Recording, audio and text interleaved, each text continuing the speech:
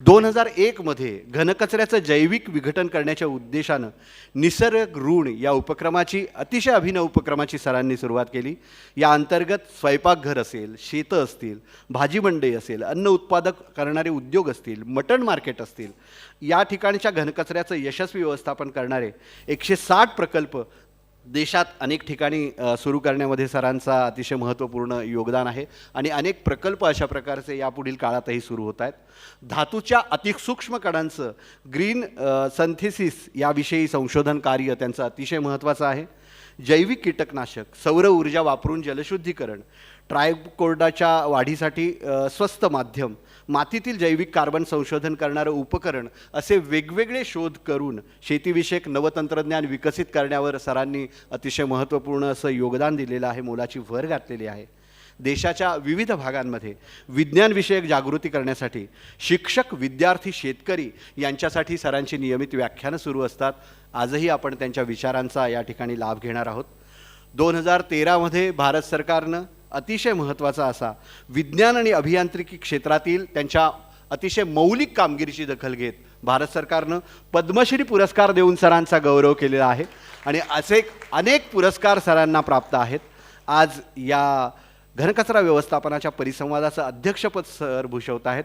मी आदरणीय ज्येष्ठराज जोशी सरांना विनंती करीन की त्यांनी सन्माननीय पद्मश्री डॉक्टर शरद काळे सरांचं आजच्या या विज्ञान अधिवेशनाच्या निमित्तानं मनपूर्वक असं स्वागत, सन्मान मराठी विज्ञान परिषद मध्यवर्ती, मराठी विज्ञान परिषद नवी मुंबई विभाग आणि मराठी साहित्य संस्कृती कला मंडळ नवी मुंबई यांच्या वतीनं करावं. सन्माननीय ज्येष्ठराज जोशी सरांच्या शुभहस्ते सन्माननीय पद्मश्री डॉक्टर शरद काळे सरांचा आजच्या या घनकचरा व्यवस्थापन विषयावरील परिसंवादाच्या निमित्तानं सन्मान होतो आहे. फळाची करंडी सरांना प्रदान केली जाते आहे. त्याचप्रमाणे फ्लेमिंगो सिटी असलेल्या नवी मुंबईमध्ये हा सन्मान होतो आहे, त्यामुळे फ्लेमिंगो सिटीचं एक सन्मानचिन्ह देखील सरांना या निमित्तानं प्रदान केलं जातं आहे. आणि या परिसंवादाची सूत्र सांभाळताना या परिसंवादाच्या निमित्तानं नेमकेपणानं कोणत्या दिशेनं हा परिसंवाद जाईल याविषयी प्रस्तावनापर अध्यक्षीय मनोगत सर व्यक्त करतील आणि त्यानंतर परिसंवादातले तिन्ही व्यक्ती बोलून झाल्यानंतर सर त्याचं सार सांगतील. आत्ता सुरुवातीला सरांना विनंती करीन की त्यांनी प्रास्ताविकपर या परिसंवादाची दिशा स्पष्ट करावी.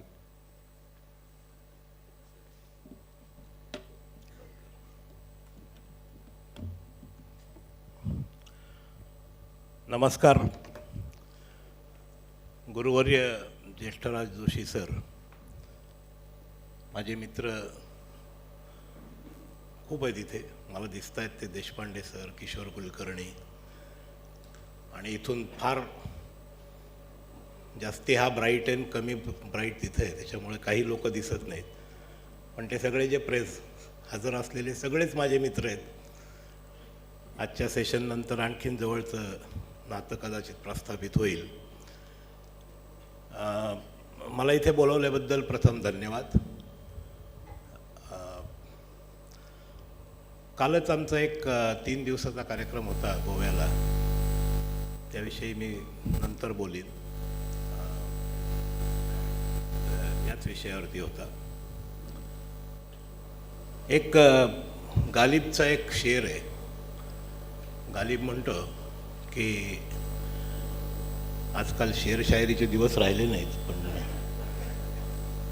पण कुठल्याही वयाला शेरशायरी चालते असं कोणीतरी मला सांगितलं. त्या एक शेर असा आहे की एक ही भूल बार बार करता रहा गालिब,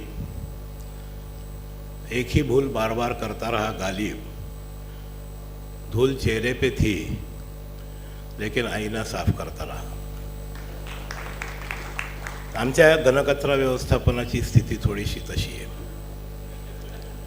आम्ही म्हणतो की राजोळे काम करत नाहीत, आम्ही म्हणतो नवी मुंबई कॉर्पोरेशन कचरा उचलत नाही. मला एका प्रश्नाचं उत्तर तुम्ही द्या. केळं विकत घेता ते सालासकट घेता, आतलं केळ तुमची रिस्पॉन्सिबिलिटी, साल त्यांची का? अगदी साधा प्रश्न आहे माझा. बऱ्याच वेळेला असं होतं की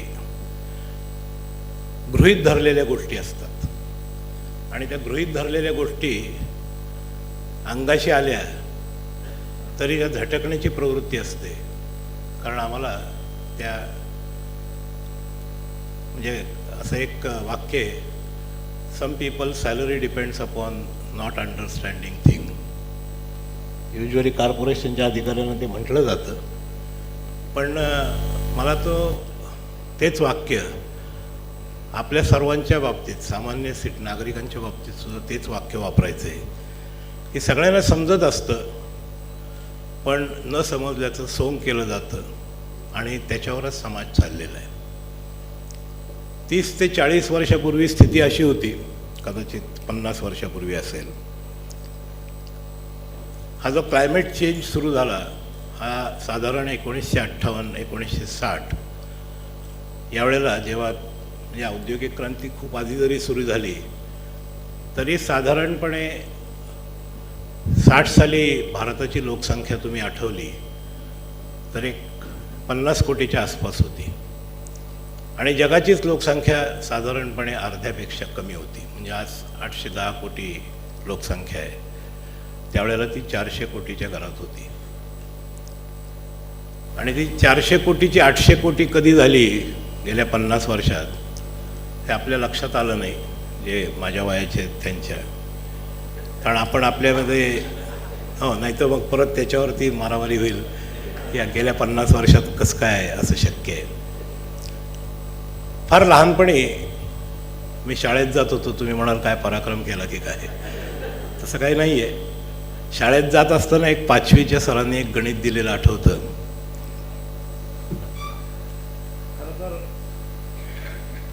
या बाटल्या खरं स्टेजवर नको आहेत, स्टेनलेस स्टीलच्या तांब्या असतं तर मला आनंद झाला असता. ही बाटली आणि संध्याकाळची बाटली दोन्ही आपली संस्कृती नाही, पण त्या दोन्ही आपण स्वीकारल्या. त्याचं इतकं आमचं अवमूल्यन कधी झालं आमच्या लक्षातही आलं नाही. तर सरांनी एक मला प्रश्न दिला होता.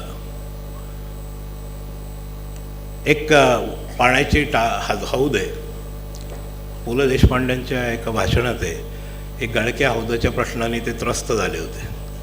मी पण त्रस्त झालो आहे, पण वेगळ्या पद्धतीने. त्याचं व्हॉल्यूम, आकारमान 10,000 लिटर्स आहे. त्याच्यात पाणी भरलं जातं आहे 110 लिटर पर मिनिट आणि पाणी गळते 10 litres per minute. 10,000 litre 110 litre is getting filled up आणि 10 लिटर गळते. How much time it will be required, किती वेळ लागेल तो हौद भरायला, किती वेळ लागेल? साधं गणित आहे, कॅल्क्युलेटर काढायची गरज नाही. 100 मिनटं लागतील. आमच्या वर्गात खूप हुशार मुलं होती, तुम्ही ज्यांनी कॅल्क्युलेट केलं तुमच्यासारखे. त्या सगळ्यांनी गणित केलं, सरखुश झाले. पण मी सरांकडे जरा टक लावून बघत होतो. आता कोणी आपल्याकडे टक लावून बघितलं तर राग येतो की नाही, पायातली चप्पल काढून एक मारावीशी वाटते. पण सर रागवले मला, माझ्या तोंडावर उत्तर लिहिलं आहे का? म्हणलं सर तुमच्या तोंडावर तर उत्तर नाही लिहिलं, पण माझ्या मनात एक प्रश्न आहे, विचार मांडले. मी म्हटलं सर हौद गळतो तर भरायचा कशाला? तर मला वाटलं आता शाबासकी देतील सर, मग आंबो खुश हुआ. पण तसं काही झालं नाही. सरांनी कान पकडला, तेव्हा अलाउड होतं. आज कोणी कान पकडलं तर हायकोर्टात जातात म्हणे. उभं केलं मला, तू स्वतःला फार शहाणा समजतो का? म्हटलं नाही सर. त्यामुळे तुला गणित असंच करावं लागेल, कारण त्याला 5 मार्क आहेत आणि सगळा भारत मार्क्सवादी देश आहे. इथं ज्ञान कोणाला नको आहे, तुझं मार्क्स पाहिजे. पण दुसरं सरांनी त्यावेळेला एका छोट्या मुलाला का सांगावं त्याचं कारण मला विज्ञान परिषदेने बोलवलं तेव्हा कळलं. ते म्हणले की मोठा होऊन जेव्हा समाजात जाशील तेव्हा तुला असं लक्षात येईल की सगळा भारत देशच गळक्या होतात पाणी भरतोय. त्याच्यातली एक गळती बंद कर आणि मग आकाशात बघून सांग मी कुठेतरी आकाशात असेन. आज मी परत सांगणार आहे, देशपांडे सर आज मराठी विज्ञान परिषदेत पुन्हा एक लीक सील करण्याचा प्रयत्न करतोय.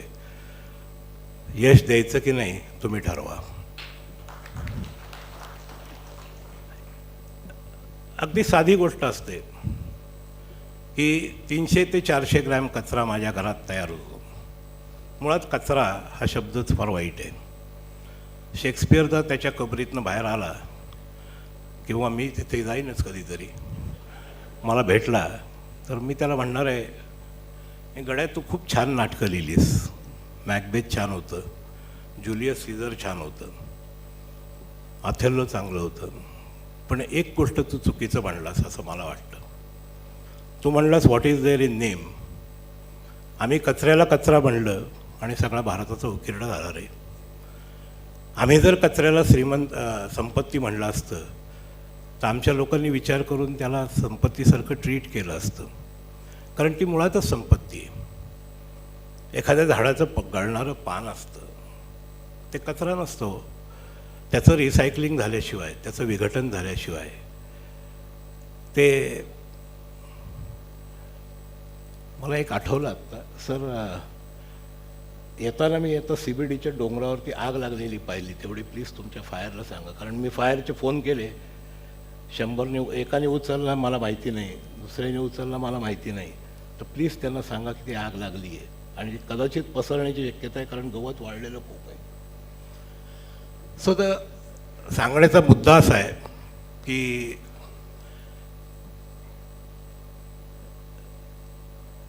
आपली फक्त बघण्याची दृष्टी जर बदलली आपण, तर कचरा हा कचरा नाही आहे, ही निसर्गाची संपत्ती आहे. कधीतरी एकदा कचऱ्याच्या बादलीत डोकावून पहा, त्याला वास येत असतो घाणेरडा. काय येत असतो? कारण आपण त्याच्यामध्ये शिळं टाकून दिलेलं किंवा खराब झालेलं अन्नसुद्धा त्याच्यात टाकलेलं असतं.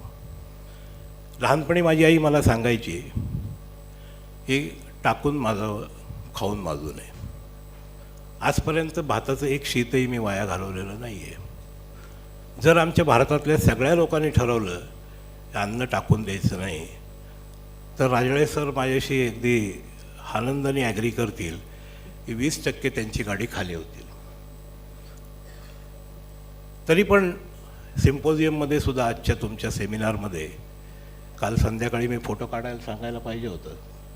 जे काही जमा झालेलं लोकांनी अन्न टाकून दिलेलं बुफे असतो, माहिती असतं आपल्याला आपण किती खाणार आहोत, तरी जास्ती घेतलं जातं, टाकलं जातं. का टाकलं जातं मला अजून समजलेलं नाही.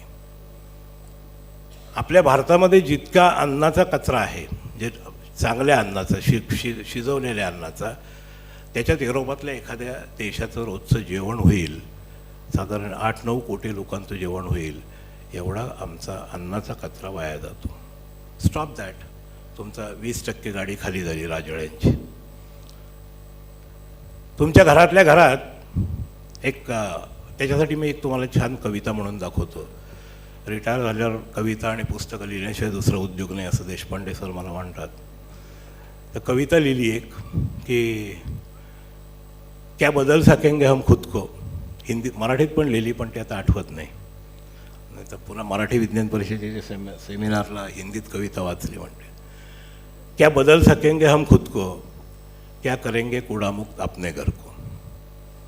चांद पे तो पहुंच गए थे कई साल पहले, अब अंतरिक्ष दूर नहीं है. आएगी कल बुलेट ट्रेन देश में हमारे, आएगी ना, आएगी कल बुलेट ट्रेन देश में हमारे, होगी कई सारी स्मार्ट नगरी हमारे देश में. Navi Mumbai is a smart नगरी. होगी कई सारी स्मार्ट नगरी हमारे देश में, लेकिन क्या करेंगे कूड़ा मुक्त अपने घर को.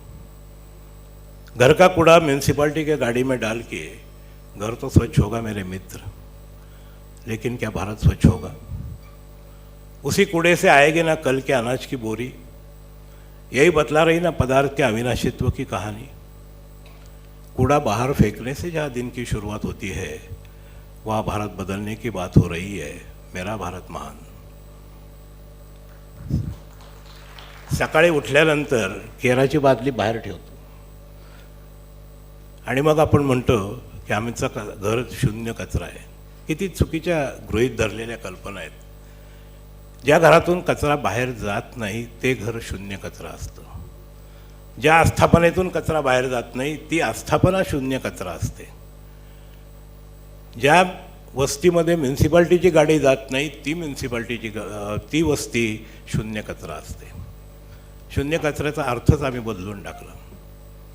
म्हणजे मला असे अपेक्षा आहे की तुम्ही सगळे सुजाण नागरिक आहात.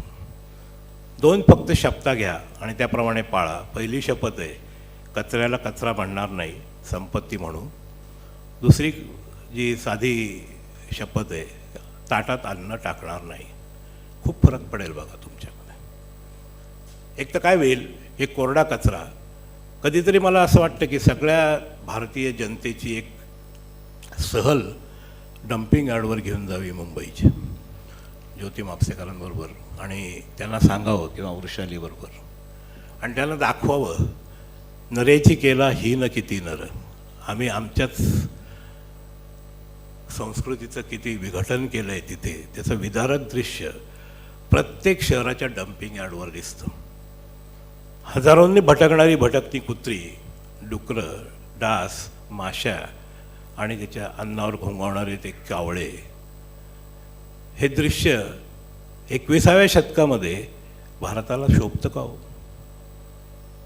जर तुमच्या घरातून येणाऱ्या कचऱ्याचा वास तुम्हाला 24 तास सुद्धा सहन होत नाही, तर डम्पिंग यार्डच्या क्षेत्रात राहणाऱ्या लोकांना तो वास सातत्याने 24 तास घ्यावा लागतो.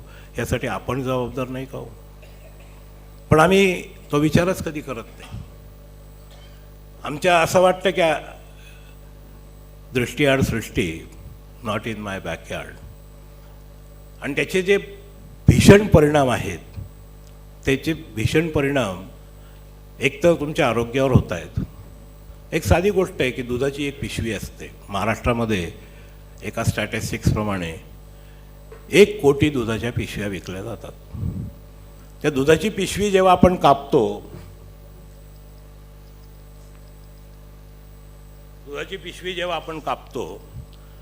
तेव्हा आपण कॉर्नर कट करतो. Cutting corners is Indian mentality. जिथे पाहावं तिथं कॉर्नर कट करतात. ट्रॅफिकमध्ये तेच असतं, ऑफिसमध्ये तेच असतं, घरी तेच असतं, कटिंग कॉर्नर्स. त्या प्लॅस्टिकच्या पिशवीचा कॉर्नर कट होतो, पिशवी तशीच टाकून दिली जाते दुधाची. ह्याच्यामध्ये किती नुकसान होतं. साधारण 1 कोटी पिशव्या म्हणजे 1 कोटी कॉर्नर्स रोज, गुणिले 365 कोटी कॉर्नर्स फक्त महाराष्ट्रातून. Just think about the number of plastic corners. आणि मग ते जेव्हा त्याचं कोण विघटन करणार? पिशवीचं निदान काहीतरी होऊ शकतं, त्या कॉर्नरचं कट होत नाही. ती पिशवी उघडायचं काम अगदी सोपं असतं. कट करायचं, थोडंसं कट घ्यायचा, फुल ओपन करायची, दूध काढून घ्यायचं आणि फक्त पाण्याखाली धरून अगदी रिसायकल वॉटरने वॉश केली तरी ती ठेवा, त्याला वास येणार नाही. कारण गोव्याच्या त्या सेमिनारमध्ये आमच्या मॅनेजिंग डायरेक्टर लिव्हिंगसन मार्टिन होते. ते म्हणले, my people don't know whether milk bag is a wet waste और ड्राय वेस्ट. इतकी ती परिस्थिती वाईट होते. खरं तर ती ड्राय वेस्ट आहे, पण त्याच्यामधलं दूध काढून घेतलं जात नाही, त्याला वास येतो. Nobody wants to touch it. तर हे जे प्रकार होतात हे सगळे तुमच्या ह्याच्यामध्ये नवं काहीच सांगत नाही. If I am telling anything new, सांगा मला. काही नवं सांगत नाही आहे. जे घरात रोज घडतं आहे ते मी तुम्हाला सांगतो आहे. भाजीच्या पिशव्या या सगळ्या मार्केटमध्ये आजही खारघरला सर कितीही बंदी घाला तर खारघर तुमच्या अंडर येत नाही, पण दुसऱ्या कोणाच्या तरी अंडर येतच ना ते. तिथे मी पिशव्या बघतो भाजीच्या, प्लास्टिकच्या पिशव्यात सर्रास भाजी दिली जाते. आणि जर त्या सो कॉल्ड सुशिक्षित बायका किंवा पुरुषांना सांगितलं पिशवी घरी येऊन या, तुमच्या बापाचं काय जातं इतकं म्हणत नाहीत एवढंच माझे पांढरे केस बघून, पण आशय तोच असतो. हे मला समजत नाही की कापडी पिशव्या का घेऊन जात नाही तुम्ही. जर तुम्ही सगळ्यांनी कापडी पिशव्या घेऊन गेलात भाजीला तर काही वेळा नाही त्याच्या दुकानात त्या 1 टाईम सिंगल यूज प्लॅस्टिक ठेवायला. प्रॉब्लेम तिथे येतो, आमचा येतो प्रॉब्लेम. अगेन धूल चेहरे पे थी लेकिन आईना साफ करते रहे. जब मैं हाथ में थैली लिए बिना मैं बाजार जाता हूँ तो मेरे स्टेटस को कोई परेशानी नहीं। ना मुझे शर्म आती है जब मैं प्लास्टिक की थैलियाँ भर भर के सब्जियाँ लाता हूँ। क्या सिर्फ मेरी प्लास्टिक की थैलियाँ प्रदूषण फैला रही है, बाकियों की नहीं फैला रही है? कहीं मुझ में का इंसान खो तो नहीं रहा है? जब मैं पार्टियाँ देता हूँ गजब की और खाना खिलाता हूँ भर भर के थालियाँ ऐसे मित्रों और सज्जनों को जिनको खाने की तो कोई समस्या नहीं, लेकिन खाने से समस्या हो सकती है। लेकिन हमारे कचरा वेचक तरस रहे खाने पे, वो मुझे नज़र नहीं आता। कहीं मुझ में का इंसान खो तो नहीं रहा है? जब आलीशान गाड़ी में बैठ के जाता हूँ मैं पास ही मार्केट में सब्जी लाने के लिए, तो मुझे शर्म नहीं आती? क्या सिर्फ मेरी आलीशान गाड़ी प्रदूषण फैला रही है, बाकियों की नहीं फैला रही है? कहीं मुझ में का इंसान खो तो नहीं रहा है? जब मैं वातानुकूल महल में अपने रेशम के कंबल लेकर सोता हूँ तो मेरे मन में शर्म नहीं आती? मेरे वातानुकूल ऊर्जा खर्चा कर रही है, इसकी कोई मुझे शर्म नहीं है। बाकियों के वातानुकूल यंत्र भी ऊर्जा खर्चा कर रहे हैं। कहीं मुझ में का इंसान खो तो नहीं रहा है? जब मैं मोबाइल लेके चित्रण करता हूँ ऐसे दुर्घटना का या किसी के मृत्यु का, तो आगे बढ़ के मैं मदद नहीं करता, मेरे हाथ कांपते नहीं है। आगे बढ़ के मैं मदद नहीं करता क्योंकि मेरे पास समय नहीं है। मुझे वापस आके वो वीडियो फेसबुक के डाल के लाइक्स कमाने हैं। कहीं मुझ में का इंसान खो तो नहीं रहा है? लेकिन आजकल आनंद की बात यह है दोस्तों, मैं बिल्कुल नहीं घबराता, क्योंकि मेरे अंदर का इंसान मौत की नींद सो रहा है। मैंने अब सोचना ही बंद कर दिया है। ही हमारी समस्या आहे, ही आमची समस्या आहे। आम्हाला सगळं कळतं, पण आम्ही म्हणतो की मी एकटाच का करू? आणि भारतीय संस्कृतीने सांगितलं अहम ब्रह्मास्मी पण इदम न मम। हे सगळं तुमचं आहे, पण ह्यातलं तुमचं काही नाही आहे। तुम्ही फक्त त्याचे रखवालदार आहात, आणि रखवालदारांनी त्या प्रॉपर्टीची चिंता करायची असते। पृथ्वी तुमच्या हातात एक डिपॉझिट म्हणून दिली पंचतत्वानी, त्या पृथ्वीचं तुमच्याकडनं एक वचन घेतलं त्यांनी इथे पाठवताना, येसी उघडा जासी उघडा, येताना उघडा येणार आहेस, जाताना उघडा जाणार आहेस, कलिसी नाटक 3 प्रवेशांचे। पण त्यावेळेला तुझ्याकडे एक जबाबदारी दिली आहे की तू जाताना जेवढी पृथ्वी सुंदर होती त्याच्यापेक्षा जास्त सुंदर करून ये। करतो का आम्ही जास्त सुंदर पृथ्वी? हा प्रश्न आपण सगळ्यांनी स्वतः विचार। पर्सनली कोणाशीही दुश्मनी नाही माझी, सगळे मित्रच आहात तुम्ही माझे, पण आपण कुठेतरी चुकतोय। नॉट दॅट मला कुठेतरी एकदा औरंगाबादला असं भाषण केलं तर मला त्यांनी सांगितलं होतं काळे सर म्युन्सिपाल्टीचे एजंट आहेत। राजवाड्यांचं मी काही एजंट नाही आहे, मी निसर्गाचा एजंट आहे। एक शक्य असेल त्यांनी गोव्याला आमचा एक पथदर्शी सेंट्रलाइज प्लॅन्ट, मला सेंट्रलाइज प्लॅन्ट आवडत नाहीत, पण 2012 साली डॉक्टर मनोहर पर्रिकरांनी मला गळ घातली होती। लाऊंजमध्ये बसून आम्ही मुंबईच्या विमानतळावर त्यांनी मला बोलवलं होतं। मला म्हणले आमच्या एक्सपर्ट कमिटीचे तुम्ही चेअरमन व्हा। सर म्हणलं मी माझ्या आयुष्यभर विकेंद्रित स्वरूपामध्ये कचरा थांबवण्यापासून म्हणजे कचरा व्यवस्थापनासाठी लढतोय, आणि तुम्ही मला सेंट्रलाइज चेअरमनशिप बनायला सांगता देताय, हे कसं काय? म्हणजे मी कसं काय लोकांना तोंड दाखवू? तर ते म्हणले तसं नाही आहे, तुम्ही आमचा गोव्याचा विचार करा की गोव्यामध्ये 15 लाख पॉप्युलेशन आहे आणि 1.5 कोटी फ्लोटिंग पॉप्युलेशन आहे। आता कुठल्या माणसाच्या मागे मी धावू डिसेंट्रलाइज वेस्ट मॅनेजमेंट कर म्हणून? So he was right. मग तेव्हा आम्ही गेली 9 वर्ष तो 250 मेट्रिक टनाचा प्लॅन्ट चालवतो आहे, आणि you won't believe dumping yard नाही आहे त्या 250 मेट्रिक टनचं। Everything is processed, everything is processed. You can go. yesterday doctor Kakodkar was there, he inaugurated that symposium, त्यांनी इनॉग्रेट केलं। प्रमोद सावंत होते, भारतातले सगळ्या म्युन्सिपाल्टीचे आयदर कमिशनर किंवा इंजिनियर, जवळजवळ 100 एक लोक त्या पार्टिसिपेट त्याच्यामध्ये करत होते. आणि प्रत्येक तिथे आम्ही काय करतो राजळे सर, की आयडियली मी काय म्हणेन की प्रत्येकाने आपल्या बायोडिग्रेडेबल वेस्टची जर चिंता केली तर सेंट्रलाइज स्वरूपामध्ये ड्राय वेस्ट मॅनेजमेंट खूप सोपं जातं. मग तुम्ही अगदी वृषालीताईंना वॉर्डवाईज द्या किंवा गोव्यासारखं सेंट्रलाइज करा. You can do anything. यांचं कामही खूप छान आहे. त्या त्यांचं आणि माझं असोसिएशन 2000 सालापासून आहे स्त्रीमुक्ती संघटनेचं. आणि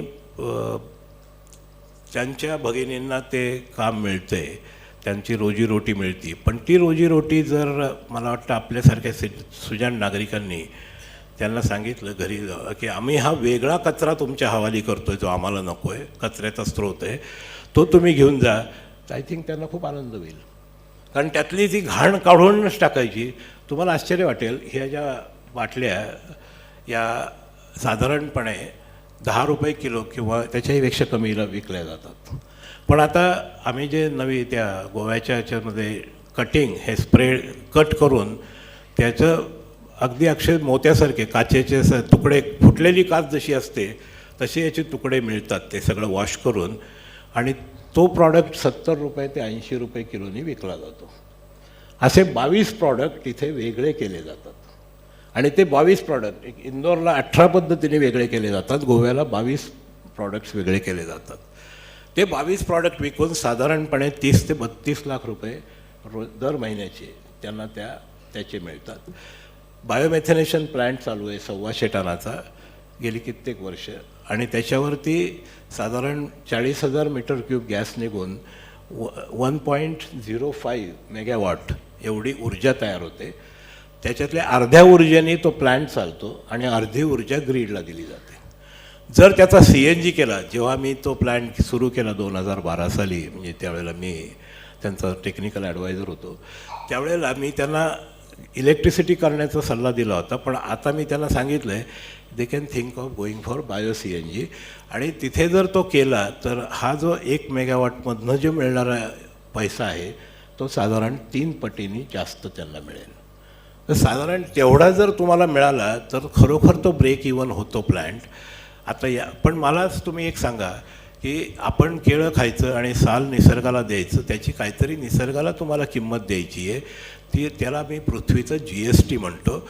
मला तर असं स्पष्ट मत आहे की सॉलिड वेस्ट मॅनेजमेंटसाठी पूर्णपणे एक वेगळं कॉर्पोरेशन असावं with due respect to NMMC. हे मी अगदी प्लॅनिंग कमिशनच्या रिपोर्टमध्ये पण लिहिलं आहे.